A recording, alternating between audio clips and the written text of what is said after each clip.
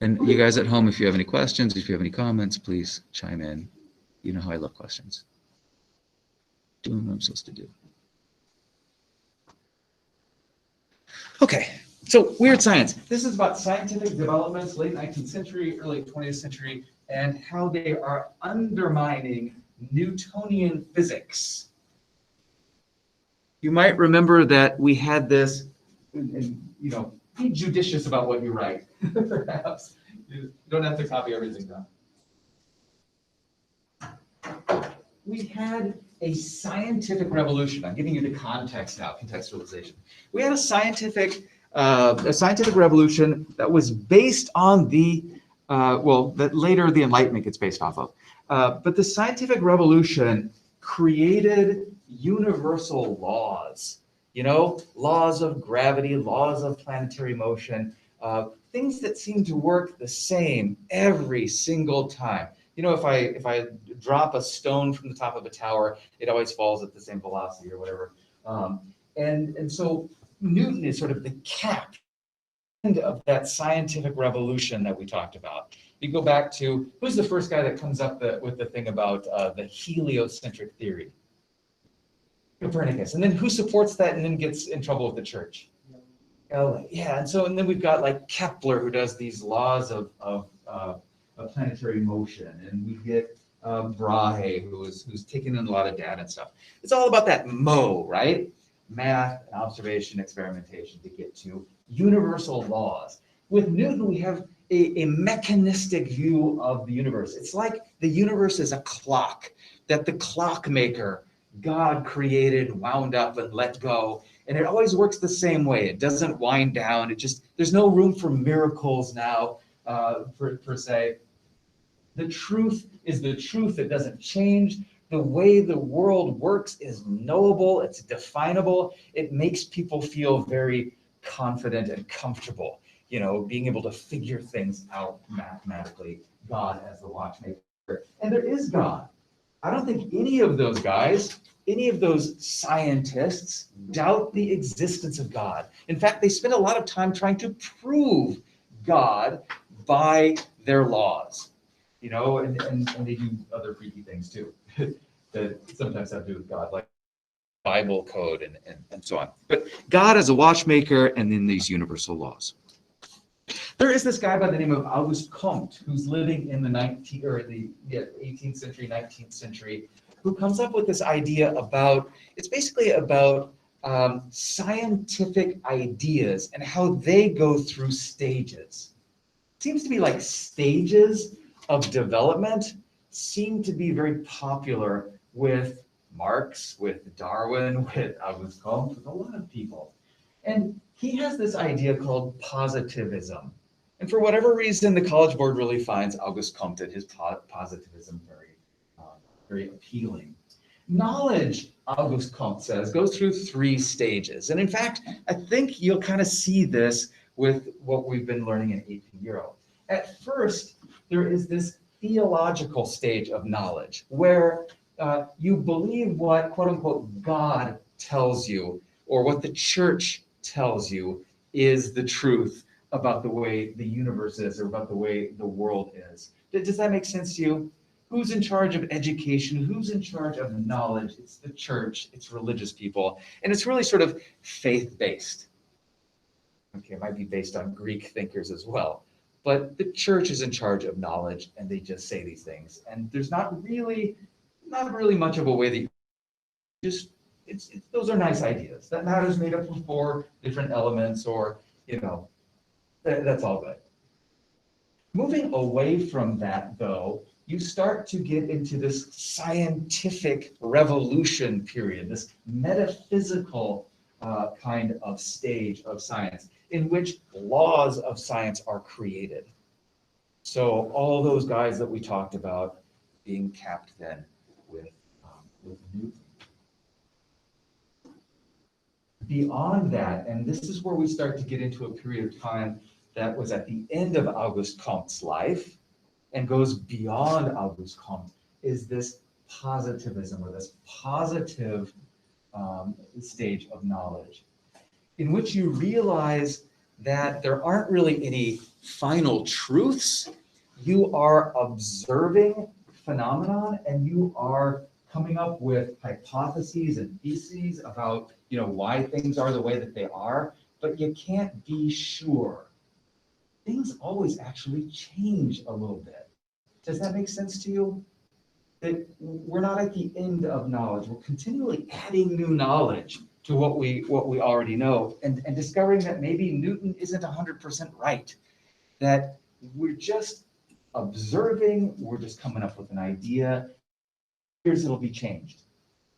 That is this positive stage. So people become, at this period of time, late 19th century, early 20th century, less certain about mechanical laws, the law of this, the law of that. And you could observe, you could come up with an idea, you can actually, here's the positive thing about that, you can actually use what you have created in order to advance society. Maybe you are improving medicine, or maybe you are figuring out how to make a machine that helps people in some way, shape, or form. And hopefully I show you some of that stuff here in just a second. You apply, even though you're not sure about what the truth is, you can apply what you know to improve society itself. Any questions about that? We good? You guys good at home? You read an article, I think, about Max Weber, and I want to mention him very quickly as well. Max Weber has a couple of really good ideas for us in terms of AP Euro. One of them is called the Protestant work ethic. In some ways, this is prejudice against Catholic countries or Southern European countries, but the Protestant work ethic, once you have Protestantism becoming a religious movement, then Protestants tended to be less concerned with getting into heaven, and they tended to be more concerned, or oftentimes very concerned, with making money, and that they worked a lot harder in order to make money, and the money that they made was reinvested to make even more money, the Protestant work ethic. Whereas in a Catholic country, Spain and Italy and so on, you might find people who are continuing to be maybe less capitalistic, maybe more beholden to the church, and so you have less economic development going on there. It kind of works, doesn't it? In a way, if you just sort of think about Europe and which countries is the first one to industrialize? Britain. And what's their religion or religions?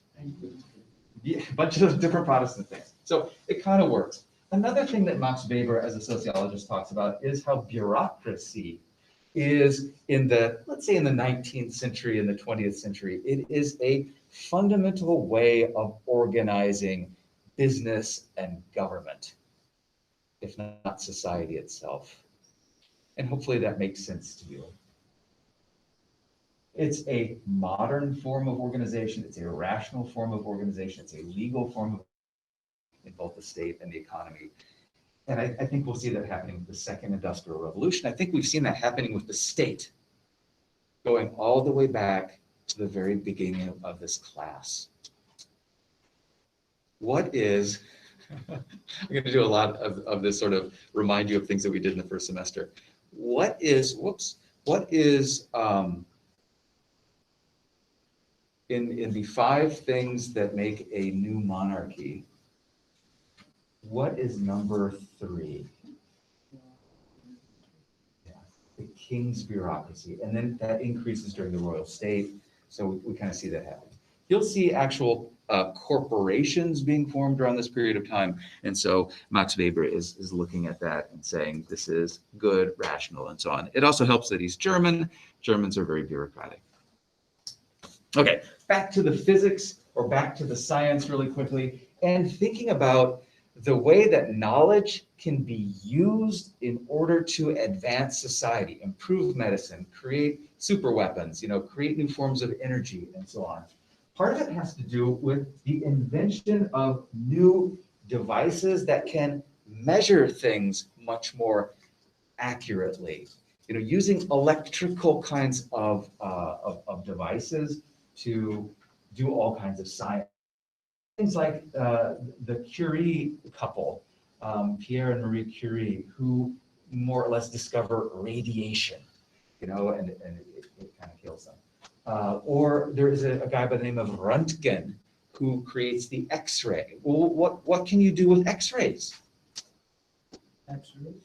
Yeah. Well, what does an X-ray do if you don't know what that is? Yeah, you can peer into the human body. You can look at bones, see for fractures and breaks and that sort of thing. There's a guy by the name of Becquerel who works with uranium. That's weird. It's like a metal that gives off energy.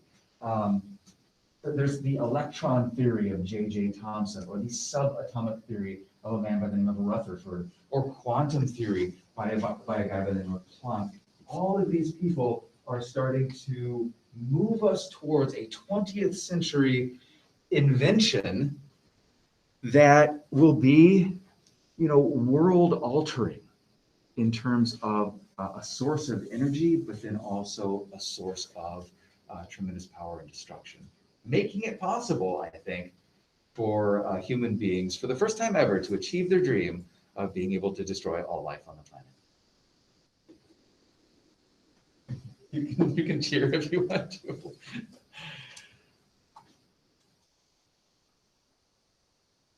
Once again, a lot of these ideas have to do with the use of electricity, and all of this is coming out of the Second Industrial Revolution that we'll talk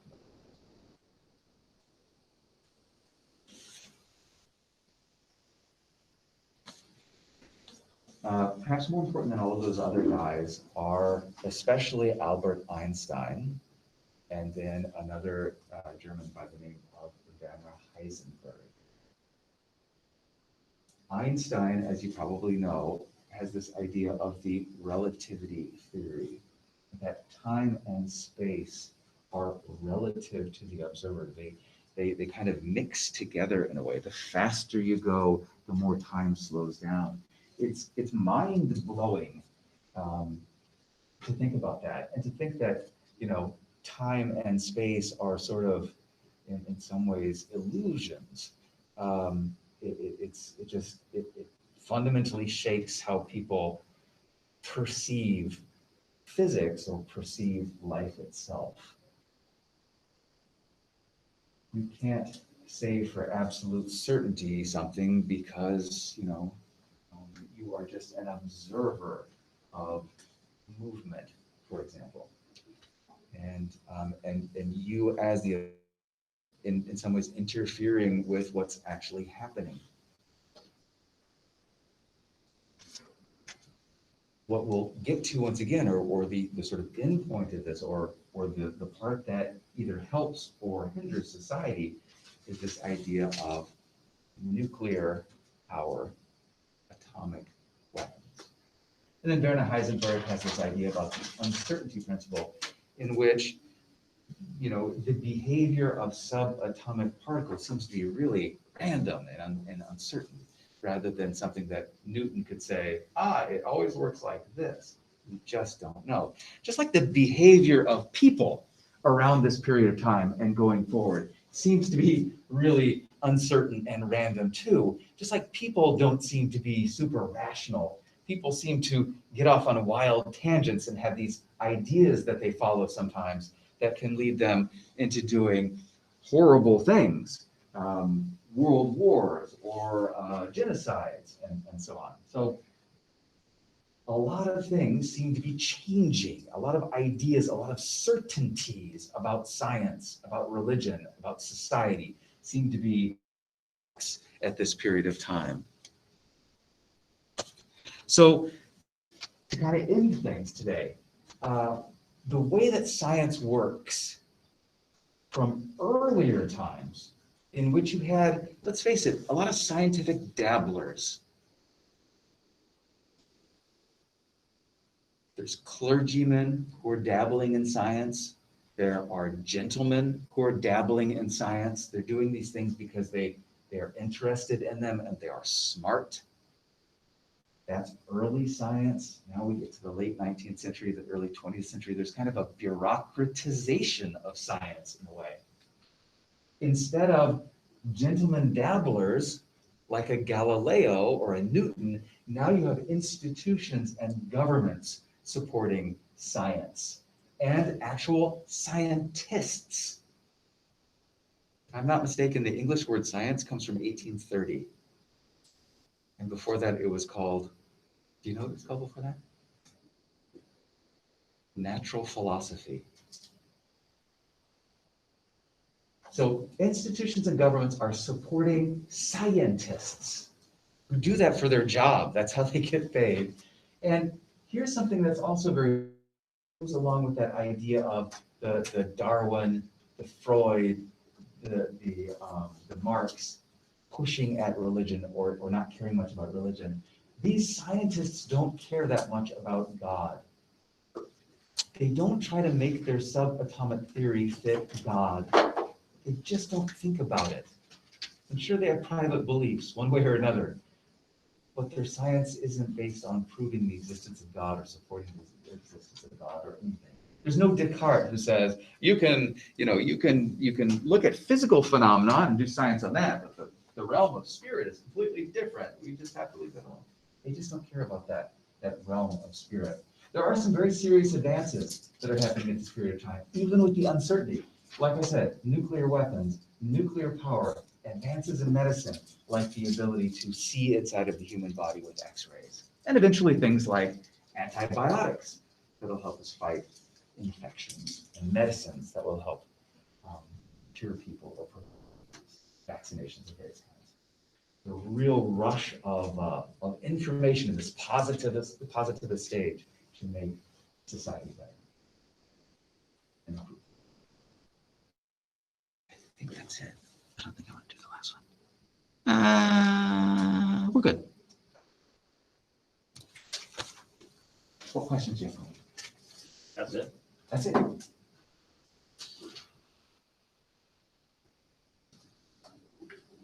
many of you are real science people?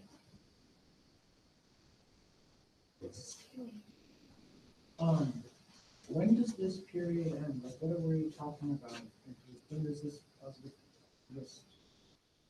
I think we're still in the positive state. Oh, Yeah. I don't think we've come up with anything different. Yeah.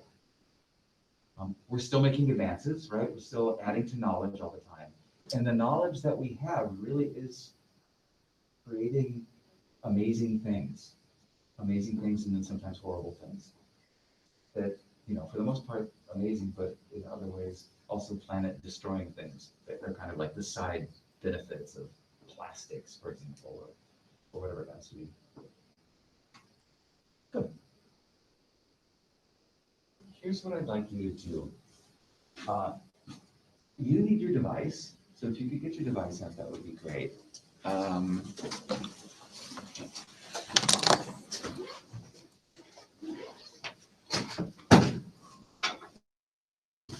What I'd like to do with our remaining time is start working on Marx's and Engels' Communist Manifesto. So you'll find that in our Schoology folder. You'll find the actual questions in Schoology as well.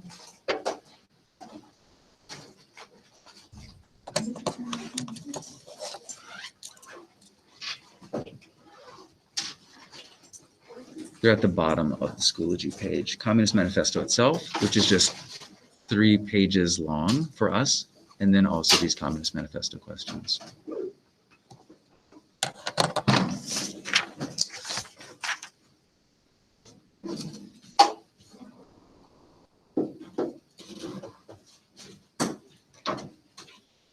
I'm going to give you something called paper that you can actually write on. And I would kind of prefer that you guys here do that. I wish I had the books. I don't think I have them though. So that you wouldn't have to look at a screen at all. That would be kind of nice or refreshing. But right on.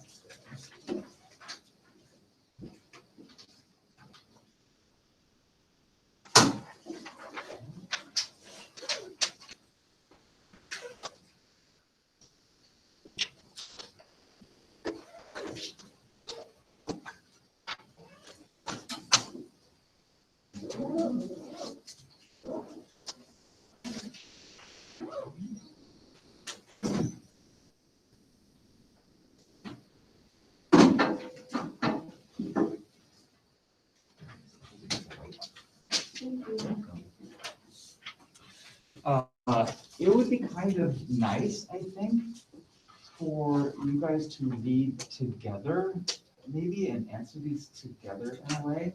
And let me see if we can spread out into the.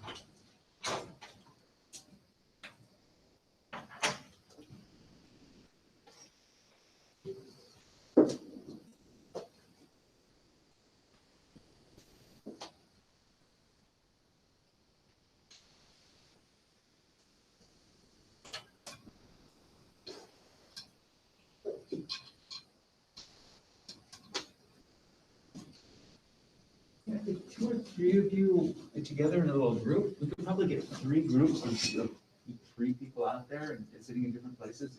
Want to sit around one of the comfy chairs and just kind of read through this together and answer these questions. Pretty nice.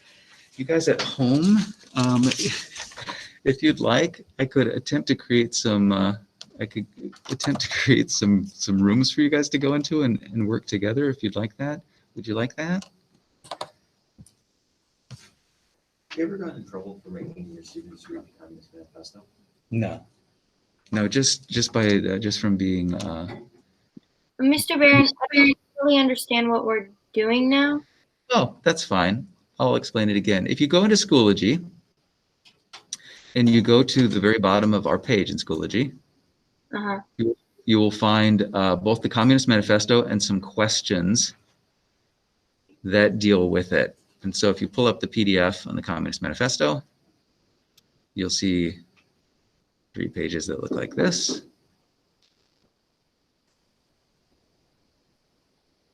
And then you also have those questions that go in order and relate directly to the text. Okay. Well, if we want to do it individually, can we stay in the main room? Sure, yeah, if you want to do that. Okay. Yeah. If I create rooms, then does that send you guys immediately into them? No, we can choose to stay.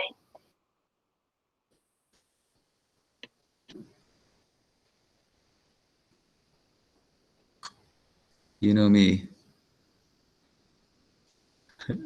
Right. Are we turning these in, or is it just like a discussion? We're going to discuss these. You and I will discuss these tomorrow. And maybe my friends here, we'll see how much time we've got. We'll try to discuss it tomorrow. I'm going to open the rooms. Your choice if you want to do the room thing or not.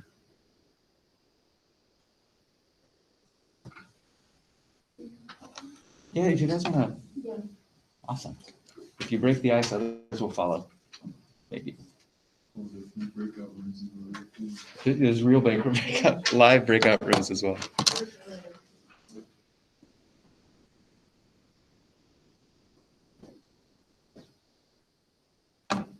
See, it's a gender thing. You're not. You can also break ice.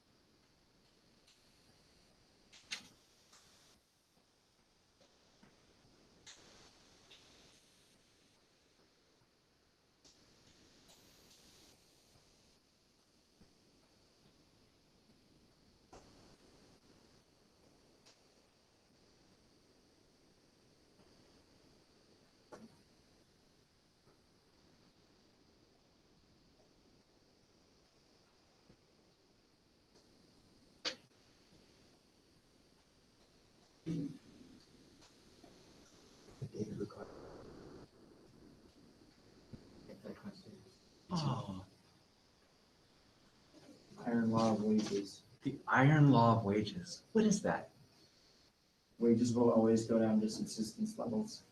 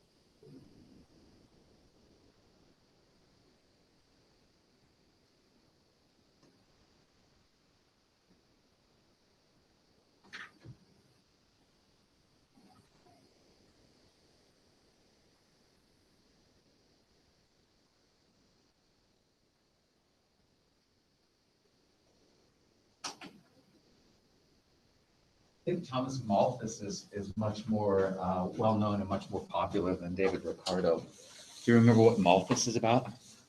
Hi, everybody. Overpopulation, yeah. So remember Malthus's idea that food supply increases arithmetically a little bit, and human beings multiply geometrically a lot, and there's always going to be some sort of crisis that happens, a Malthusian crisis. But it doesn't work out that way because there's this green revolution that happens. Well, then we'll see what happens in the future. Did you guys get the David Ricardo bit?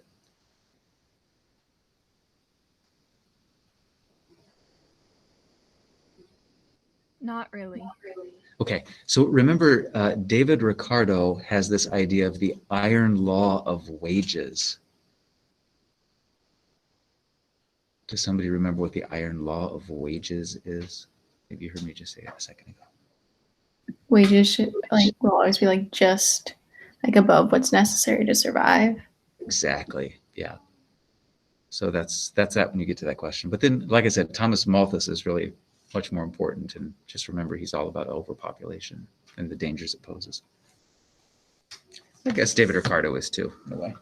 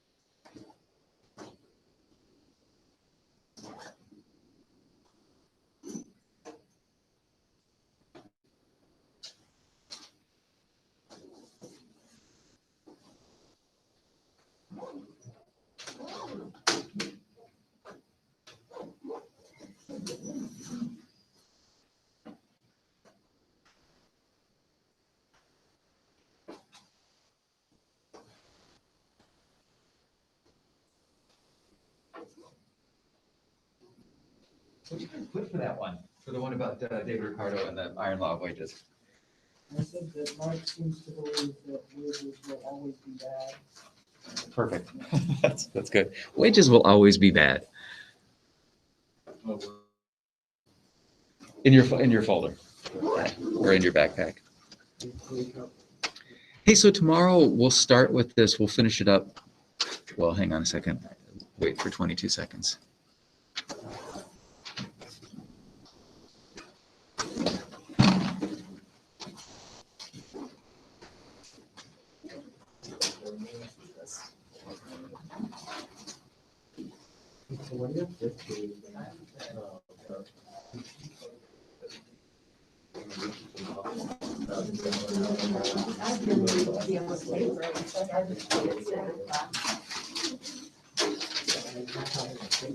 So let's finish this up tomorrow. You guys, most of you will be here tomorrow with me, so we'll finish it up and we'll go over the answers in class. And the people who are here right now, or those of you who are doing EVA, you can chime in and answer some of the questions either, or also, but you don't have to do anything right now with it. We'll have time tomorrow to work on it and finish her up. Does that sound okay?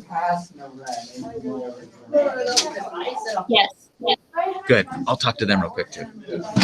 Hey, so tomorrow, when you guys aren't here tomorrow, you'll have a little bit of time to finish this up at home, so don't work on this as homework. We'll go over the answers then together and, this way and this way, and see what's what, and then we'll just keep on moving on.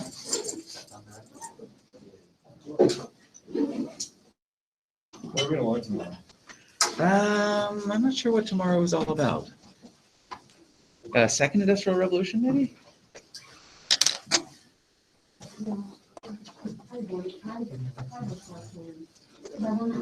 You guys have a nice day. I'll see you later. Hi, Mr. Barron. Thank you. Thank you. Thanks, bye.